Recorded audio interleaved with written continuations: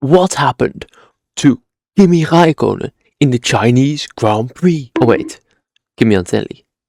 Welcome back to the series where I follow one driver for an entire Grand Prix and give my opinion and tell you what happened to him. Now we're doing Kimi Antonelli. Let's get into it. At the start, he was okay off the line, went a bit to the right to cover off the inside, then on the left, Hamilton just flies past him into P1, and then he's side by side with Leclerc. Is still in turn 1, but Kimi just manages to stay in front of him. Then it was just driving after Hamilton, but Hamilton was actually like kind of getting away from him in a Ferrari, and he was in a Mercedes. So like, oh no. And eventually he was a second in front. And then you're thinking like, is Hamilton just going to run away with it? But no. On the straights, Kimi Antonelli came back, and on lap 2 he was within a second when he went into lap 2. And then on the second to last straight, like the main straight, Kimi Antonelli just flew past Lewis like it was nothing. And it was quite easy for him to drive away. At lap 3 he was already a second in front of Lewis, so he couldn't use overtake mode anymore. And then on lap 4, of course, George overtook Lewis to go into second place. Then nothing really happened until like lap 10. On lap 10 is where, of course, the safety car came out for Lance Stroll, who stopped with problems. I'm not even sure what kind of problems, but safety car, box, Kimi Antonelli. He came into the pits with George Russell right behind him, going for the double stack. Mercedes, the team to do the double stack, of course, because they are great at that. He stays in front because the others also pit, like the Ferrari boys. Basically everyone in the top really pits.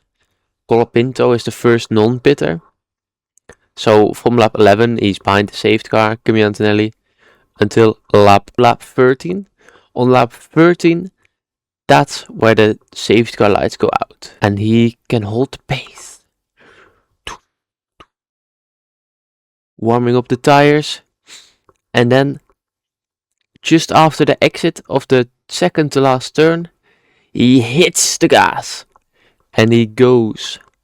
And Colapinto didn't even get anywhere near to him, and he was out of the second easily. He just drove away from Colapinto. Of course, Colapinto also not in the fastest car, but still, you're just gonna have to do it. Then Hamilton got behind him on lap 15, and he even got within a second of him, which is quite crazy, so fast. Then on lap 16 he was basically being chased by both Ferraris, who were behind each other, just coming after Kimi Antonelli. Then there was then they kind of backed away a bit, and on lap 19 we finally got the 1 second gap to Lewis. Then Lewis and Charles were fighting a bunch behind him, and on lap 25, as you hear, we have skipped a few laps because nothing really happened.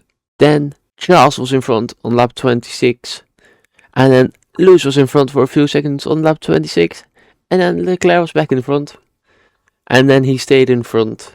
And then on lap 27, George came around and he passed Lewis, so that puts him into third, I think. Then Lindblad spinned, which of course brought out another yellow flag. Not very important for Antonelli's race, but I thought I'd mention it anyway. Then we have Russell who passes Charles into second now, and the gap is 8 seconds for Kimi Antonelli, because Charles and Hamilton were fighting so much that they lost a lot of time. Then he laps his first car in front of him, like blue flags kind of stuff, like P22. Well, it wasn't P22 because both McLarens didn't start and some other people also didn't start, which is crazy, but for another time. Then Russell starts to get closer on around lap 39. Then on lap 39, Russell starts to get closer, a lot closer, like 6/10 in one lap. But then Antonelli hears that he has done that, and he just drives a fast lap and basically starts driving away from him again. Didn't really have to do anything anymore, except for on lap 54, where he had a massive scare locking up the brakes. So that was scary. Lost like 2 seconds of his 9-second lead at the time, but still, oh, that was scary. I think he might have had to change pants before he went on the podium. And then on the podium, like, you might think I was the one that said it wrong when I said Kimi Räikkönen, but it was the commentators of the podium, or not the commentators, but like the people that speak in the podium. They said Kimi Räikkönen instead of Kimi Antonelli. Oh, that was so bad.